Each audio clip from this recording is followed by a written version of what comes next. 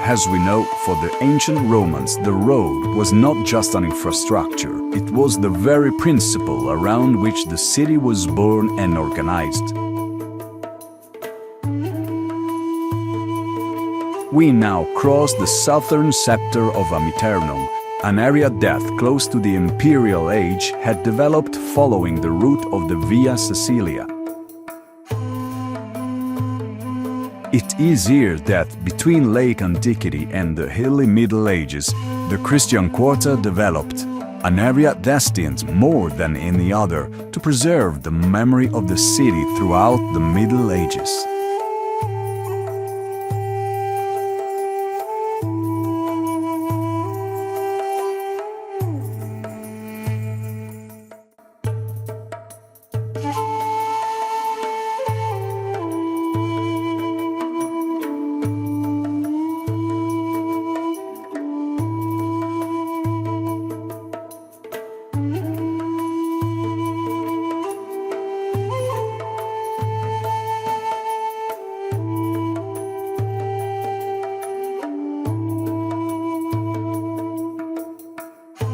Many centuries later, in this very same place, beneath the floors of an ancient church, buried in the silence of the earth, two small objects have waited for centuries.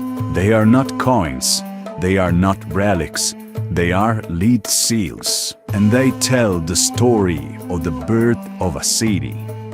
During 2014, during archaeological excavation in the former Cathedral of Santa Maria ad Amiternum, archaeologists discovered a small quadrangular structure. In the Middle Age, objects charged with symbolic value were sometimes placed in the foundation of the buildings. A ritual gesture, an act of consecration. Under a layer of mortar in the preparatory layer, two ligand seals emerged, not lost, not dispersed, but deposited. The seals placed and then hidden under the floor seem to speak of exactly this. An intentional sign, meant to never be seen again, but to last over time. The two seals belong to Pope Gregory IX. On the observed the faces of Saint Peter and Paul. On the reverse the name of the Pope. They are not simple stationary instruments. In the Middle Ages, the seal is the authority that speaks. In 1229, Pope Gregory IX authorized the foundation of a new city, a city destined to gather ancient legacies and new ambitions. Amiternum, an ancient episcopal seat, enters into this process. The seals discovered may be linked precisely to those decisions that lead to the birth of L'Aquila. Small objects, but charged with memory, material signs of an epochal transition. But that first plan never came to fruition. The conspirators were discarded, repressed, and dispersed. Only 25 years later, the same idea resurfaced. It was the Swabian who decided to found the city on the northern borders of the kingdom, with a new anti-feudal vision and firmly tied to imperial authority. More than 7 centuries later, the city of L'Aquila is narrated not only in official documents from the 13th century, but also in the living voice of a popular bard, Buccio Giranallo, an L'Aquila native born in the early 14th century, wrote a poem in verse, the Cronaca Aquilana, in which he recounts the history of the city from its origin to 1362. With epic rhythm and passionate language, Buccio celebrates a magnificent city, built by men and women who, freed from the yoke of laws, sought freedom in their own majesty. The birth of L'Aquila wasn't just a legal or political act, it was also a clandestine act. Buccio Giranallo recounts it in his Chronicle.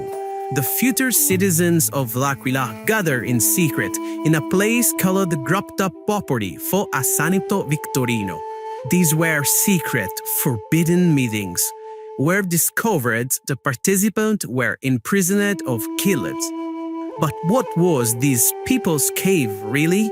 Scholars believe the term refers to the catacomb of San Victorino, a marginal, underground place charged with religious and community significance. The word cave in the Middle Ages didn't just mean a natural void. In the late ancient and early medieval centuries, then the Roman buildings were progressively transformed into precarious housing. Vaulted rooms, arches, and corridors became shelters for the poor. These were the caves of the poor, the Crypta Pauperum. The Roman amphitheater of Amiternum, as early as the 5th century, was home to the communities of paupers. Its structures are called grotte. The amphitheater stands a few steps from the Cathedral of Santa Maria. Over time, that they might have become a toponym extending to the entire area, Grotta dei Poleri, then perhaps Grotta del Popolo, a marginal, hidden place but ideal for gatherings far from the control of power. If this hypothesis is correct, the decision that led to the founding of L'Aquila may have been born here, among the ruins of the ancient Amiternum, in the caves of the poor, where people without a city began to engage a new one. History is not always written in great monuments. Sometimes it is hidden under a floor. 2 seals, a silly, a rediscovered memory.